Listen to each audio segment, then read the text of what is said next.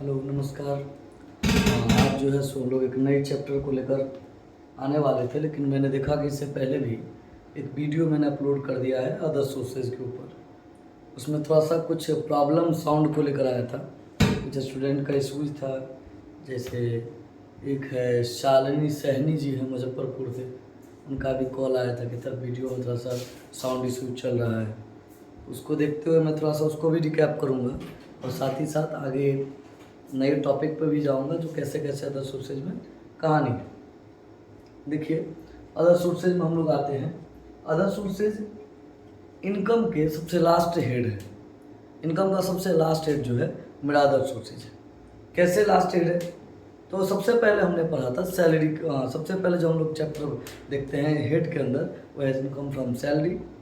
Second है हमारा income from capital gain. Third है income from house property. Fourth है पीजीबीपी और फिफ्थ है सबसे लास्ट जो है वो है मेरा अदर सोर्सेज। अदर सोर्सेज के अंदर जो पहले 4 सोर्सेज में, इनकम फ्रॉम सैलरी के अंदर, इनकम फ्रॉम हाउस प्रॉपर्टी के अंदर, इनकम फ्रॉम कैपिटल गेन के अंदर, income from business and profession के अंदर जो चीज़ें नहीं आई हैं, उन चीज़ों का समावेश इनकम फ्रॉम अदर सोर्सेज के अंदर किया जाता है। इनकम फ्रॉम अदर सोर्सेज में एक चीज़ हमेशा ध्यान रखिएगा, इसमें इनकम का सोर्सेज जो है वो तय नहीं होती है। एक फिक्स सोर्सेज नहीं होता है कि उसी सोर्सेज से हमारा इनकम आना है। जैसे सैलरी के अंदर क्या है कि एम्प्लॉयमेंट फिक्स है, एम्प्लॉयर के यहाँ से इतना सैलरी हमको मिलना है। हाउस प्रॉपर्टी के अंदर भी रेंटल इनकम फिक्स है। कैपिटल गेन के अंदर भी इन्वेस्टमेंट मेरा फिक्स है। पीजीबीपी के अंदर भी मेरा बिजनेस या प्रोफेशन फिक्स्ड है। But in other sources fixation नहीं होती है। इसमें क्या है ना कि इसमें अननोन सोर्सेज से पैसा आती जाती रहती है। ठीक है। इसके बाद कहता है कि जैसे वेतन से आय में देखे हमने कि वेतन से अगर मैंने पैसा कमाया तो वेतन से आय में शामिल किया जाएगा। कुल मिला के बात यह है कि सबों में अलग अलग बातें हैं। ठीक। अन्य साधन से आय में हम लोग जो पढ़ते हैं मुख्यतः 2-3 इनकम के बारे में पूरा टोटली कहानी है इसका। कैजुअल इनकम के बारे में कहानी है, income from interest on securities के बारे में बातें हैं, और कुछ ऐसे इनकम्स हैं जो चारों हेड में नहीं आते। जैसे हम एग्जाम्पल के तौर पे कह सकते हैं कि अगर मैं रेंटर हूँ, मान के चलिए मैं एक मकान ले रखा हूँ। मैं क्या कर रखा हूँ, एक मकान ले रखा हूँ। ध्यान से सुनिएगा, मैं एक मकान ले रखा हूँ। ठीक। इस मकान में 2 फ्लैट है। कितना फ्लैट है? 2 फ्लैट है। इस मकान के अंदर 2 फ्लैट है।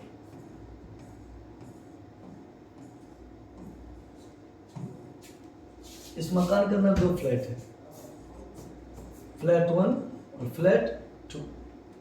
मैंने दोनों फ्लैट ले लिया है 10,000 रुपया किराया। 10,000 रुपया रेंट पर मैंने दोनों फ्लैट ले लिया। एक में मैं खुद रह रहा हूँ जिसका 5,000 रुपया कॉस्ट है, उसमें मैं खुद में रह रहा हूँ। सेकंड फ्लैट जो है इसकी 5,000 कॉस्ट होती है, उसको मैंने क्या किया ना, रेंटल कर दिया है। मतलब मैंने रेंट पे लिया ही, मैं इसको फिर से रेंटल कर दूँ, मतलब सब रेंटल रख ली। ठीक। मैंने एक और क्या किया, किराएदार रख लिया। मैंने एक और किराएदार रख लिया। अब जो ये किराएदार है इससे मैंने 6,500 रुपया पर महीना के हिसाब से रेंट लिया। कितना के हिसाब से? 6,000 रुपया, 6,500 के हिसाब से, मतलब 1,500 रुपया मैं पर मंथ एक्स्ट्रा कमा रहा हूँ। ध्यान दीजिएगा, दोनों फ्लैट का 10,000 रुपया रेंट है तो 5,000 रुपया पर फ्लैट हुआ। मैं उसको लगा कितना में दिया हूँ? 6,500। मतलब पर महीना में कितना एक्स्ट्रा कमा रहा हूँ? 1,500 रुपया पर महीना एक्स्ट्रा कमा रहा हूँ। तो 12 महीने का हमने कितना अधिक कमा लिया? 18,000 रुपया मैंने अधिक कमा। अब यहाँ पर दिक्कतें क्या है कि ये इनकम का सोर्सेज कहाँ से आता है? कोई फिक्स सोर्सेज नहीं। मैं जब तक उस मकान में हूँ तब तक मैं पैसा कमा रहा हूँ, जब मकान में छोड़ दूंगा तो वहाँ से पैसा कमाना बंद हो जाएगी मेरी। ये जो 18,000 रुपया है, ये ना तो रेंट हाउस प्रॉपर्टी में तो नहीं जाएगा, सैलरी के हेड में तो नहीं जाएगा, कैपिटल के हेड में तो नहीं जाएगा, बिजनेस एंड प्रोफेशन के हेड में तो नहीं जाएगा। ये आ जाएगा अदर सोर्सेज का। कहाँ जाएगा? अदर सोर्सेज का। एक ये भी इनकम हो।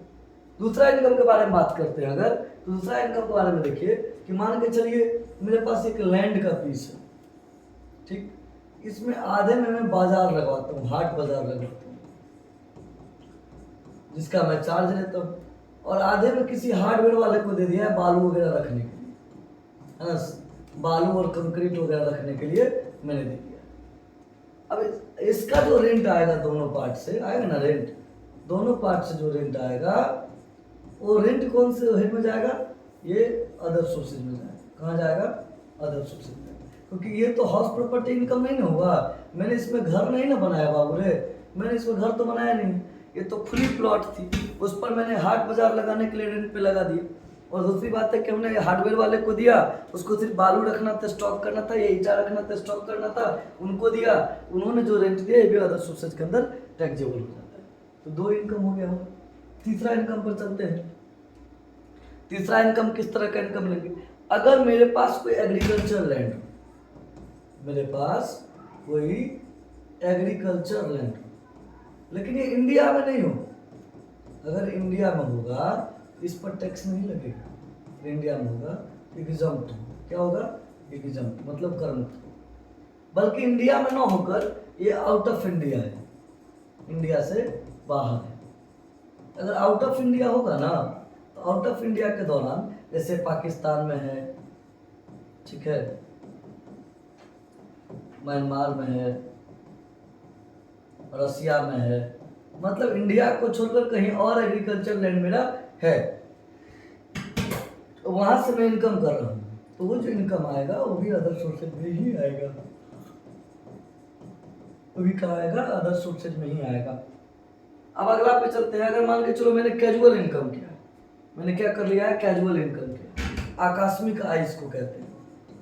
मैंने कैजुअल इनकम क्या है, आकस्मिक आय किया है।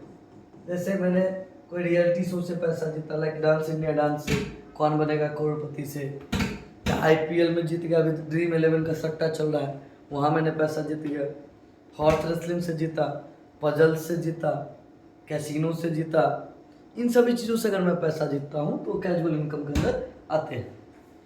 तो कैजुअल इनकम भी इसी के अंदर टैक्सेबल होगा, क्योंकि इसकी भी सोर्सेज फिक्स नहीं है, इसके भी इनकम्स इसी में आएंगे। उसके बाद interest on government securities, interest on government securities, interest on government security, कोई भी सिक्योरिटीज सीधा गवर्नमेंट ही क्यों लिखा है, इंटरेस्ट ऑन सिक्योरिटीज समझिए, बाद में देखेंगे, वो तो बता भी दिया ऐसे पिछले वीडियो में। इंटरेस्ट ऑन सिक्योरिटीज याद रखिए, क्या याद रखिए, इंटरेस्ट ऑन सिक्योरिटीज याद रखिए। अगर सिक्योरिटीज से इंटरेस्ट आपको है, सिक्योरिटीज से अगर आपको पैसा आ रहा है,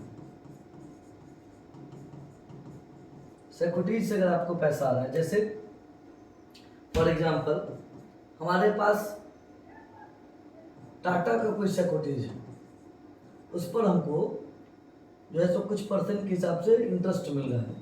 ये कहाँ जाता था, ना तो सैलरी में जाता था, ना ही कैपिटल गेन में जाता था, ना ही हाउस प्रॉपर्टी में जाता था, ना ही बिजनेस प्रॉपर्टी में, ये कहाँ जाएगा, ये जाएगा भाई रे अदर सोर्सेज के अंदर। मतलब सिक्योरिटीज से किसी भी तरीके से पैसा आता है तो किस में जाएगा, अदर सोर्सेज के अंदर जाएगा। मतलब हमने इतना देर से क्या बताया, प्रतिभूति से आया है, लॉटरी से आया है, आकस्मिक आय हुआ, किराए पर उठाए गए मकान को पुनः किराए उठाने से पैसा अगर आता है, उसके बाद अगर कोई खुली ज़मीन से पैसा आ रही है, इन सभी चीज़ों को मोटे तौर पर कह सकते हैं, इन सभी इनकमों से जो हम प्राप्त कर रहे हैं वो कौन से हेड में जाएगा, अदर सोर्सेज के हेड में जाएगा। किस हेड में जाएगा, अदर सोर्सेज के हेड में जाएगा। ठीक है, हम उस दिन बता रहे थे कि सिक्योरिटीज जो है हमारे यहाँ वो दो प्रकार का है, एक है गवर्नमेंट सिक्योरिटीज, एक वो है नॉन गवर्नमेंट सिक्योरिटीज। कौन कौन है, वो है गवर्नमेंट सिक्योरिटीज, एक है नॉन गवर्नमेंट सिक्योरिटीज। देखिए उसमें क्या क्या कहानी है, इसका व्हाट्सएप कर दो खींच कर, उसमें क्या क्या कहानी है। तो उसमें दो तरह के सिक्योरिटीज है। पहले तो ये समझ लीजिए कि प्रतिभूति का कोई भी परिभाषा हमारे आयकर अधिनियम के अंतर्गत नहीं दिया गया है। प्रतिभूति का कोई भी परिभाषा हमारे आयकर अधिनियम के अंतर्गत नहीं दिया गया है।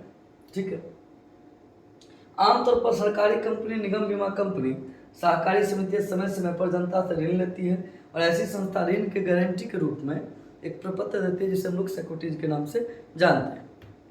अब सिक्योरिटीज जो है वो दो तरह का होता है, एक होता है गवर्नमेंट सिक्योरिटीज, एक होता है, एक क्या होता है, नॉन गवर्नमेंट सिक्योरिटीज। उसको हम जानते हैं, एक मैं पिक मंगवाया था, देख लेता हूँ, 88732224।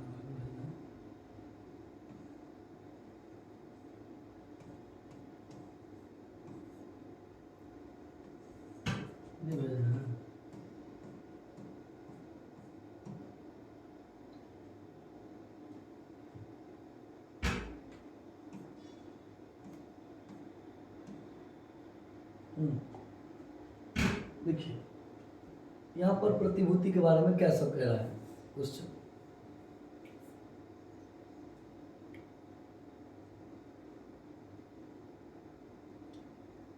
देखिए प्रतिभूति वाले ऊपर से अगर बात करते हैं तो क्या कहते हैं, प्रतिभूति के क्रय विक्रय से लाभ या हानि, ये सब बात की बात है।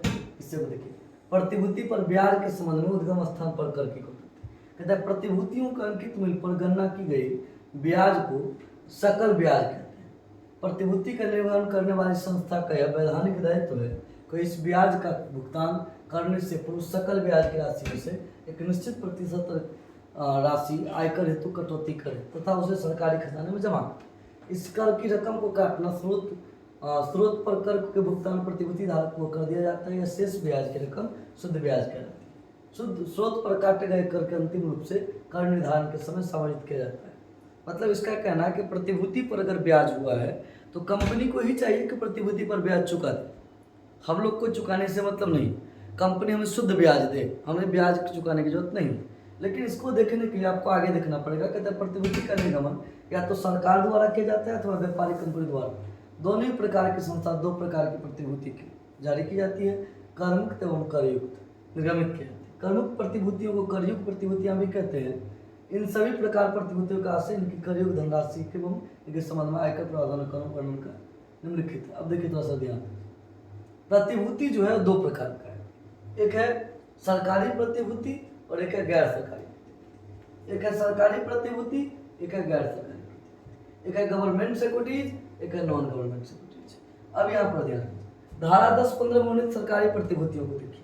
Government securities under section 10 sub section 15 के अंदर आता है। गवर्नमेंट सिक्योरिटीज जो है किसके अंदर आता है, अंडर 16-10 सब सेक्शन 15 के अंदर आता है। फिर कहता है धारा 10 से 15 में वर्णित प्रतिभूतियों के अतिरिक्त सरकारी प्रतिभूति government securities other than mention in section 10 under section 15। फिर आ जाए इधर क्या कहता है, करमुक्त गैर सरकारी प्रतिभूति, tax free non government securities.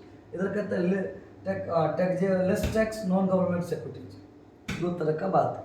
हम लोग इसको आमतौर पर ये भी कह सकते हैं कि भैया एक जो है वो क्या है, टैक्स फ्री है, एक क्या है टैक्स फ्री है, और एक क्या है टैक्सेबल है। एक क्या है टैक्सेबल है। दो तरह का बात हम लोग इसमें कर सकते हैं, टैक्स फ्री और टैक्सेबल। जैसे यहाँ अब दोनों का कुछ कुछ बातें हैं, उसको थोड़ा सा नोट्स वगैरह से आपको देखना पड़ेगा। क्या कहता है नोट्स में, थोड़ा सा ध्यान।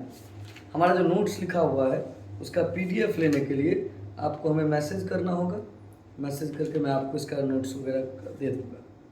देखिए करमुक्त सरकारी प्रतिभूति कहता है आयकर अधिनियम की धारा 10-15 के अंतर्गत करमुक्त प्रतिभूतियों को विस्तृत सूची दी गई। यदि करदाता इनमें से किसी भी प्रतिभूति में अपना धन विनियोग करता है तो उसे पर प्राप्त ब्याज पर कर नहीं लगेगा, अर्थात संपूर्ण ब्याज की रकम कर मुक्त होगी। ठीक है, अब यहाँ पर बात समझिए। कहते हैं 10 से 15 है ना, इसमें गवर्नमेंट के टैक्स फ्री सिक्योरिटीज के बारे में चर्चाएं की गई है।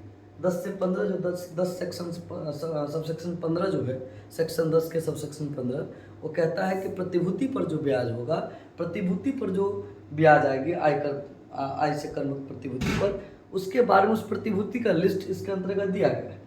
और इस प्रतिभूति पर अगर ब्याज आता है, मतलब टैक्स फ्री गवर्नमेंट सिक्योरिटीज पर अगर इंटरेस्ट आता है तो बिल्कुल टैक्स फ्री होता है। एक बात तो ध्यान रखें, कर मुक्त सरकारी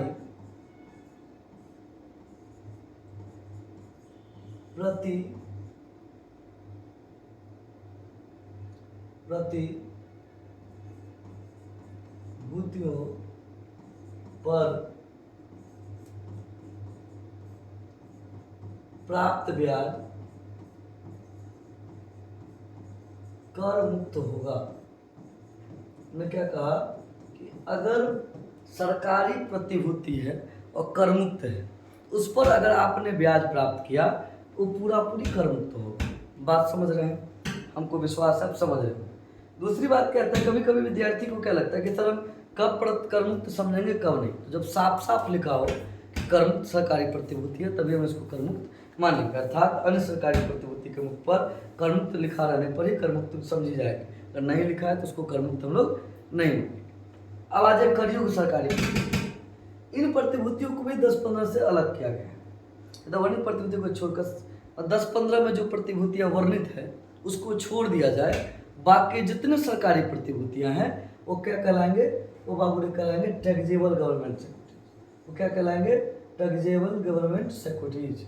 ठीक है, अब इसमें नाम में भी टैक्सेबल है, मतलब इस पर आपको टैक्स लगना है। लेकिन ऐसी प्रतिभूतियों पर जब ब्याज आप प्राप्त करेंगे तो इसको सकल नहीं करेंगे। क्या नहीं करेंगे, सकल नहीं करेंगे। मतलब जो टैक्सेबल गवर्नमेंट सिक्योरिटीज है, ये भी लिख देते हैं, कर योग्य सरकारी प्रतिभूति का ब्याज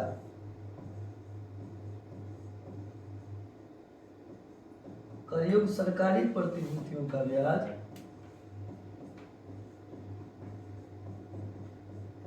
को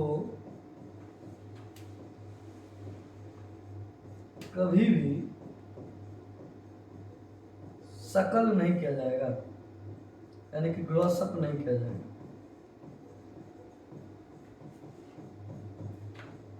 टैक्सेबल तो है लेकिन इसको हम लोग ग्रॉस अप नहीं करेंगे।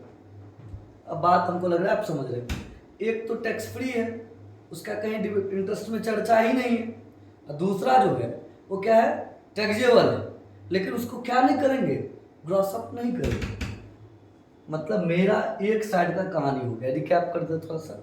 सरकारी प्रतिभूति दो प्रकार का होता है, एक होता है कर्मयुक्त सरकारी प्रतिभूति, एक होता है करयोग्य सरकारी प्रतिभूति। कर्मयुक्त सरकारी प्रतिभूति के साथ अगर ब्याज दिया गया है वो ब्याज पर कभी भी कर नहीं लगेगा। मतलब इसमें शामिल तो करेंगे 10% में, उसके अमाउंट की जगह पर एग्जाम्पट लिख देंगे।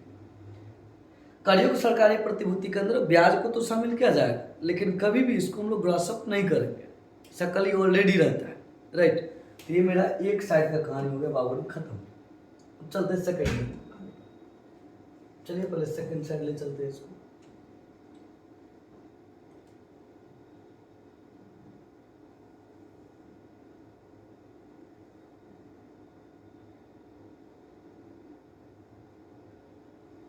चलो सेकंड क्या कहानी है, ध्यान दीजिए। अब यहाँ पर कहता है कि सर गैर सरकारी प्रतिभूतियों के बारे में बात कर रहे हैं। किसके बारे में बात कर रहे हैं, गैर सरकारी प्रतिभूतियों के बारे में बात कर रहे हैं। इसके भी दो है, करमुक्त गैर सरकारी प्रतिभूति, करमुक्त गैर सरकारी प्रतिभूति, और करयुक्त गैर सरकारी प्रतिभूति। थोड़ा सा धुंधला दिख रहा होगा, हम यहाँ पर बात को समझा देते हैं। हमने कहा एक है करमुक्त गैर सरकारी प्रतिभूति, ठीक दिख रहा है, ठीक है।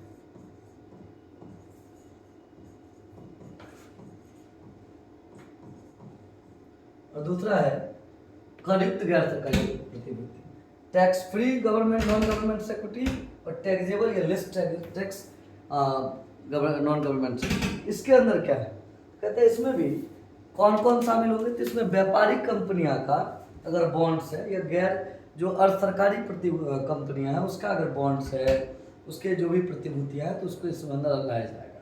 किसके अंदर, प्राइवेट वाले में। कौन कौन आएंगे, जो अर्ध सरकारी है या फिर प्राइवेट कंपनी की प्रतिभूतियां भी इसमें आ सकती है। ठीक है, मेनली हम लोग इंटरेस्ट पर चर्चा करना है।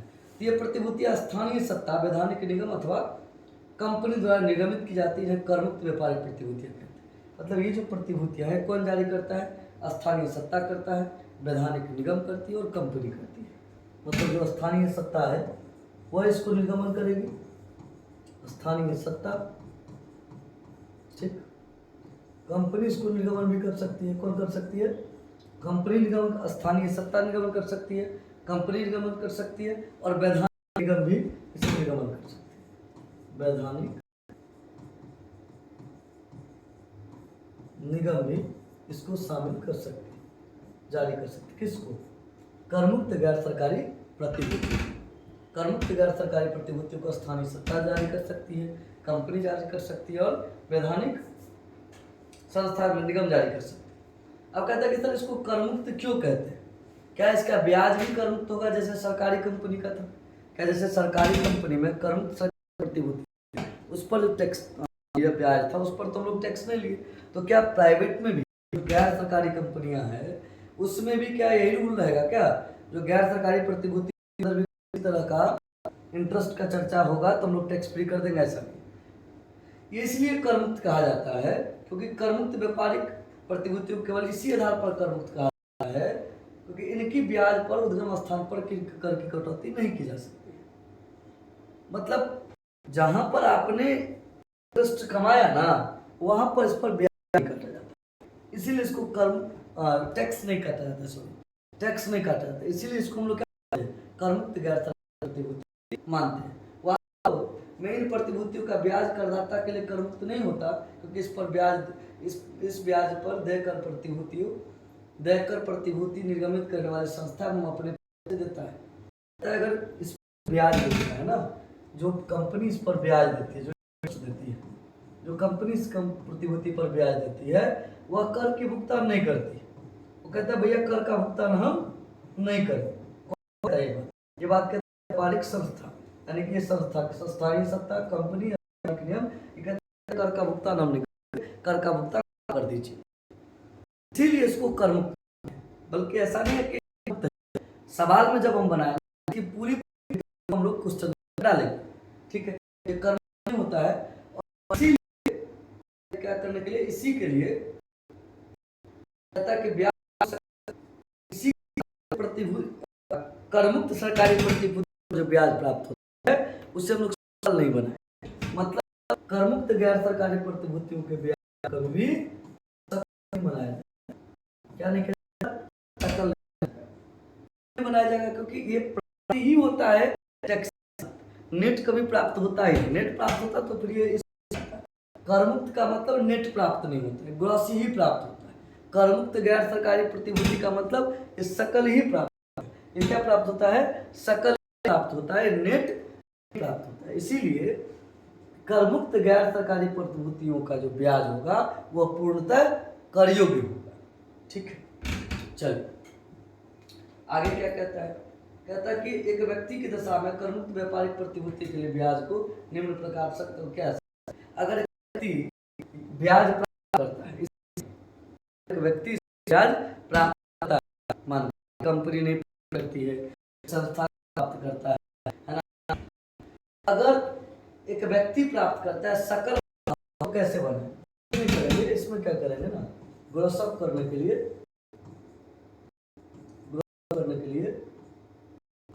इंटरेस्ट मल्टीपल 100,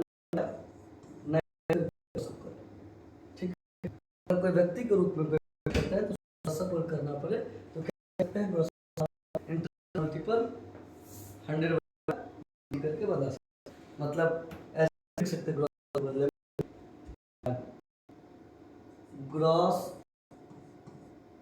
इंटरेस्ट बढ़ा इंटरेस्ट मल्टीपल 100 बाय। अब लास्ट पे आ गए हम लोग कर योग्य व्यापारिक प्रतिभूति के बारे में। कहता है कर योग्य व्यापारिक प्रतिभूतियों से उन प्रतिभूतियों से जिन पर ब्याज का जो प्रतिशत दिया रहता है उनके हिसाब निकाली हुई ब्याज की रकम में से काट कर शेष रकम प्रतिभूति धारियों को दी जाती है। कर योग्य व्यापारिक प्रतिभूतियां प्राप्त शुद्ध ब्याज की रकम दी है उसे में शामिल कर। यदि ब्याज का प्रतिशत दर दिया गया हो तो प्रतिभूति अंकित मूल्य पर नए दर से निकाली गई ब्याज की रकम सकल से करदाता में शामिल करें। कहता है क्या, जो अगर मान के चलिए इसमें कर मुक्त गैर सरकारी प्रतिभूति में परसेंटेज के आधार पर दिया है, जैसे 10% म्युनिसिपल बॉन्ड्स, क्या लिखा है 10% म्युनिसिपल बॉन्ड, ठीक। ऐसी स्थिति में 1 लाख रुपया मान के चलिए म्युनिसिपल बॉन्ड का रेट 1 लाख रुपया का रेट है, 1 लाख रुपया का 10% कितना होगा, 10,000 होगा। 10,000 रुपया जो है सो आपका ये टैक्स जो क्रॉस अप करने की कोई जरूरत नहीं है।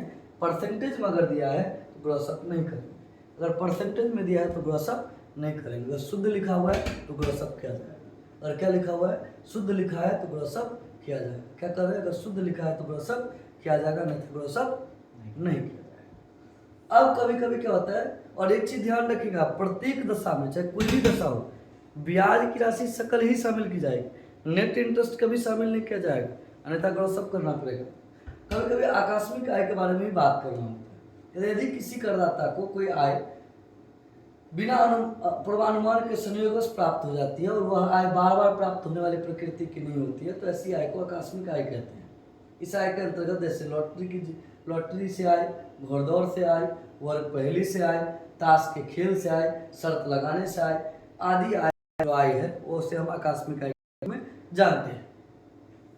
कहते हैं अगर आकस्मिक आय के आगे में लिखा हो या शुद्ध से लिखा हो, प्राप्त लिखा हो या शुद्ध लिखा हो, तो आपको यह मान जाना है कि ये शुद्ध आय है, इसको भी ग्रॉसअप करना पड़ेगा। फिर से ध्यान, कहते हैं अगर मान के चलिए अगर कोई कैजुअल इनकम है, कैजुअल इनकम के सामने प्राप्त लिखा है, रिसीव्ड लिखा है, नेट लिखा है, शुद्ध लिखा है, इसको आपको ग्रॉसअप करना पड़ेगा।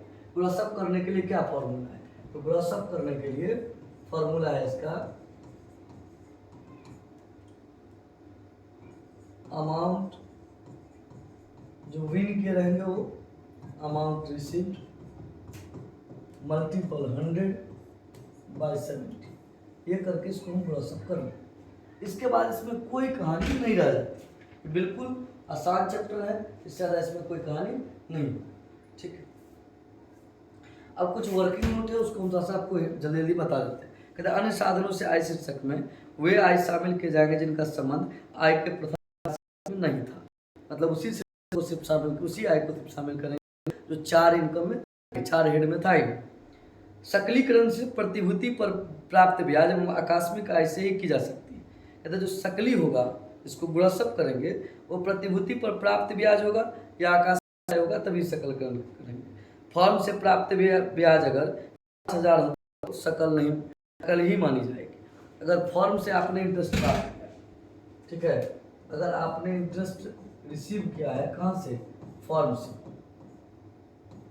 ठीक है, और मैं लिमिट है 5000 तक अगर रुपया है, उसको सकल हम लोग नहीं करेंगे, ये ऑलरेडी सकल ही होता है। फिर आगे अगर आकस्मिक आय के आगे में प्राप्त नहीं लिखा गया हो, उसे सकल नहीं मानेंगे, उसे सकल ही समझेंगे, सकल नहीं बनाएंगे, उसे सकल ही समझेंगे। कहता है किसी भी कैजुअल इनकम या प्रतिभूति के आय के सामने प्राप्त नहीं लिखा है तो उसे ऑलरेडी ग्रॉसअप है, उसको ग्रॉसअप मानकर सीधे शामिल करेंगे, उसको ग्रॉसअप नहीं करेंगे।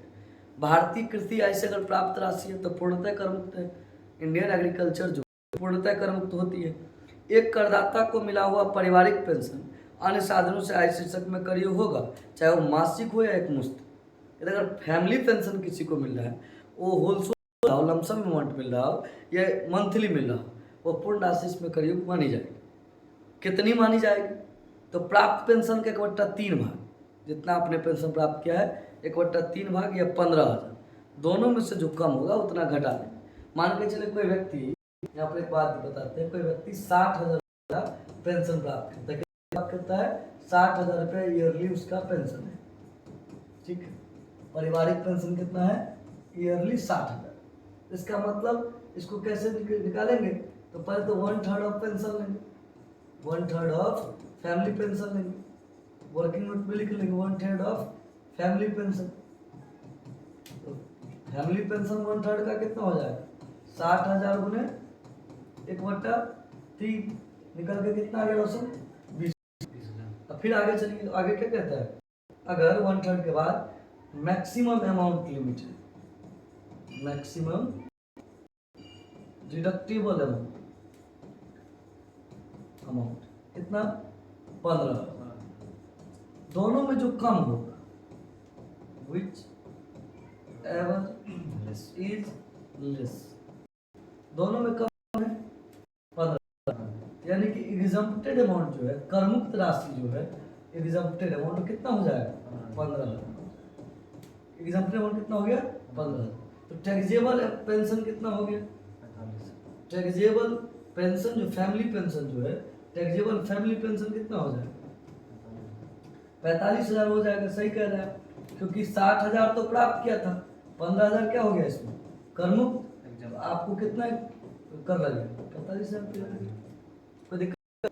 ये भी बात हो गई। आगे चलिए, एक किराएदार द्वारा उसे मकान को पुनः किराए पर उठाने, मतलब एक किराएदार है, पहले बताया कि अगर उसने 5,000 रुपये फ्लैट लिया है खुद के लिए, 6.5 में रेंट पे लगा दी, तो 15 रुपये प्रति माह जो है उसका टैक्सेबल हो जाएगा इस सेट के अंदर। भारतीय कंपनी से प्राप्त लाभांश पूर्णतः अब कर मुक्त नहीं है, अब कर योग हो गया। पहले कर मुक्त था, अब कर योग है। अगर घरेलू कंपनी से भी लाभांश प्राप्त, विदेशी से भी, तो कर योग है, ठीक है।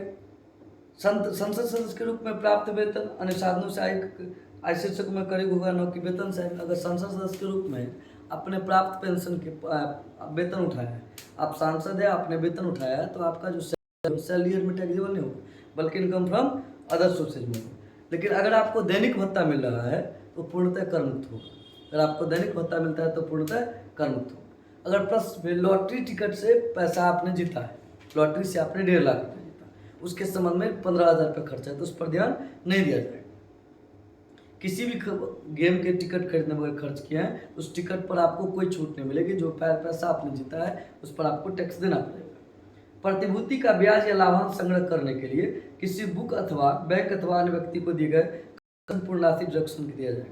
अगर प्रतिभूति पर आपने ब्याज कलेक्ट कर बैंक को कमीशन दिया, कलेक्शन चार्ज दिया है या कमीशन दिया है, तो पूर्णतः डिडक्टेबल है, आपको डिडक्शन उसका मिलेगा। अगर प्रतिभूति में विनियोग करने के लिए लिया गया हो पर ब्याज की पूर्ण रूप से कटौती होगी, बशर्ते ऋण राशि वास्तव इसी उद्देश्य के लिए उपयोग की गई। कहता है अगर मान के चलिए आपने प्रतिभूति खरीदने के लिए लोन लिया है, उस लोन पर आपको इंटरेस्ट, उस इंटरेस्ट को जो है आपको डिडक्टेबल माना जाएगा, क्योंकि आपने प्रतिभूतियों के लिए लिया है। अगर कोई अन्य काम के लिए लेंगे उसका छूट को नहीं मिलने वाला। आगे चलिए, कहता है अगर मशीन, फर्नीचर, प्लांट किराए पर उठाने से आए जो अन्य में कर योग्य है, अगर इसके संबंध में कोई व्यय दिया गया हो तो इनमें उससे कटौती दी जाएगी। कहता है अगर मान के चलिए आपने मशीन किराए पर लगा लिया, आपने फर्नीचर किराए पर लगा लिया, अगर आपने फर्नीचर पर लगा लिया, आपने किराया भी प्राप्त किया और किराया इसमें आकर कर योग्य है, मान के चलिए इसमें अदर सोर्सेज के संबंध में कौन कौन सी खर्चे हैं जो कटौती योग्य है। तो पहला कहते हैं भवन, मशीन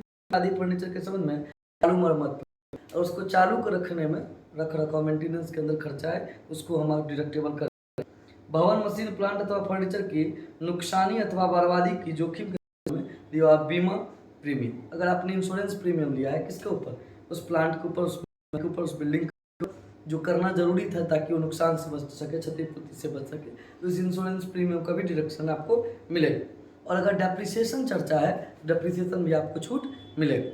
कहता है अगर मृत कर्मचारी की विधवा अथवा उसके उत्तराधिकारी को प्राप्त परिवार के पेंशन के संबंध में, तो पहले बताएं पारिवारिक संबंध है, पारिवारिक पेंशन है, उसकी विधवा को मिले या चाहे उसके बेटे को मिले। पारिवारिक पेंशन है तो 1/3 भाग या 15,000 जो भी दोनों में से कम होगा उतना आप छूट रहोगे। ठीक है। सिकमी किरदार की, तो जो मकान किसी और का है, उनका मकान मैंने रेंट और मैंने पुनः उसको रेंट, तो हम जो इस रेंटर को रखे उसको कहते हैं सिकमी किरदार। ठीक है। उसके बाद आगे चलिए, उसके बाद कहता है अन्य साधनों से आय शीर्षक में कर योग्य आय निकालते समय निम्न राशि को कटौती नहीं दी जाएगी। करदाता के व्यक्तिगत खर्च या अगर ऐसे कुछ व्यक्तिगत खर्च है तो उस पर कोई ध्यान को नहीं दे। भारत के दिया हुआ कोई ब्याज किए, ब्याज यदि उस पर कर न चुका अथवा उद्गम स्थान पर कर न चुका है, भारत के बाहर अगर कोई भी किसी भी तरह का ब्याज प्राप्त किया है, उस पर कर न चुका है अथवा उद्गम स्थान पर कर न चुका है, तो उसका भी छूट हमको नहीं देना। धन कर की चुकाई गई राशि, अगर वेल्थ टैक्स दिए तो उसका राशि यहाँ पर डिडक्टेबल नहीं है। यदि किसी बैंक का भुगतान 10,000 रुपये 30,000 रुपये का हो, उसका भुगतान चेक या बैंक ड्राफ्ट या बैंक से किसी अन्य माध्यम से न किया हो, रोकर में या अन्य किसी प्रकार किया जाए तो त्वरित होगा, अस्वीकृत होगा। कहता है अगर मान के चलिए आपने 10,000 या 35,000 से अधिक रुपया में कैश में किसी को भुगतान किया, तो ऐसी स्थिति में उतने राशि अगर आपने कैश में भुगतान किया तो आपको नहीं मिलेगा। अगर आप बैंक के माध्यम से वो भेजे होते, चेक के माध्यम से, किसी भी बैंक के माध्यम से भेजे थे, तो आपको छूट मिलता। ऐसी स्थिति में अगर कैश में भुगतान किए हैं तो आपको अस्वीकृत राशि मानी जाएगी। अब एक बार मैं चाहूँगा कि स्पेसिमेन एक बार उसका देखकर उसका आपको इसी जगह पर अदर सोर्सेज का कहानी खत्म कर देता हूँ। कारण अदर सोर्सेज में जो मेन टॉपिक था, और मैं विश्वास दिलाता हूँ बनाने बैठिएगा क्वेश्चन आपको ऐसा हुआ कि दिक्कत होगा तो आप मुझे कमेंट में कह सकते हैं कि सर इस टॉपिक में प्रॉब्लम हो रहा है। मैं कोशिश करूँगा टॉपिकों को पुनः बता दूँ। देखिए इसके मैं एक बार स्पेसिमेन को देख लेता हूँ, स्पेसिमेन क्या है, उसके बाद ताकि स्पेसिमेन पता चल जाए आपको प्रॉब्लम थोड़ा सा और खत्म हो जाए। चलिए इसके स्पेसिमेन में सबसे पहले हम लोग को क्या लिखना होता है, computer taxable income from other sources. Other sources लिखने के बाद हम लोग का क्या काम है, सिंपल है। स्पेसिमेन देखिए, computation of taxable income from other sources. अब यहाँ पर for the assessment year, for the assessment year कितना से कितना, 2022 से 23। अब इसमें आपको ये नहीं देखना है कि पहले किसको लेंगे पहले किसको ना लेंगे, जो इनकम दिखाई दे रहा है ना आप लेना स्टार्ट। जैसे income from agriculture land in out of India, India से बाहर किसी कंट्री का नाम रहेगा उसको आप लिख सकते हैं, फर्स्ट पॉइंट। सेकेंड में मान के चलिए लिखा है इंटरेस्ट ऑन नॉन गवर्नमेंट ये भी ले लीजिए। Income from plant rent, income from income from lottery, income from horse wrestling, जितना इनकम है सबको जोड़ दीजिए और नीचे जाकर उसके संबंध में जो खर्च स्वीकृत है तो उसको घटा दीजिए। इससे ज़्यादा इनकम फ्रॉम अदर सोर्सेज में कोई कहानी नहीं है। हमें विश्वास है कि आप पूरी बातों को समझ गए होंगे, और अगर समझ गए होंगे तो कमेंट करिए, लाइक करिए, सब्सक्राइब करिए और चैनल को शेयर करिए, ताकि जगह से जगह बात आएंगी, कुछ निगेटिव भी निकल कर आएगी, कुछ पॉजिटिव भी निकल कर आएगी। पॉजिटिव हमें सब देगा, निगेटिव हमें मेहनत करने के लिए प्रेरक का काम करेगा। इसलिए मैं आपसे करता हूँ कि आप शेयर करिए इस चैनल, ताकि अधिक से अधिक बच्चे इनसे जुड़े और जो भी ज्ञान की बातें हैं उस तक पहुँचे। और अगर कोई भी दिक्कत हो तो कमेंट करें, ताकि मैं आपको और बेहतर तरीके से मदद कर पाऊँ, है ना। चलिए बहुत बहुत धन्यवाद, आज के लिए इतना ही काफ़ी है। किसी नए चैप्टर के साथ मिलते हैं, के लिए शुभ रात्रि, good night, best of luck for your examinations.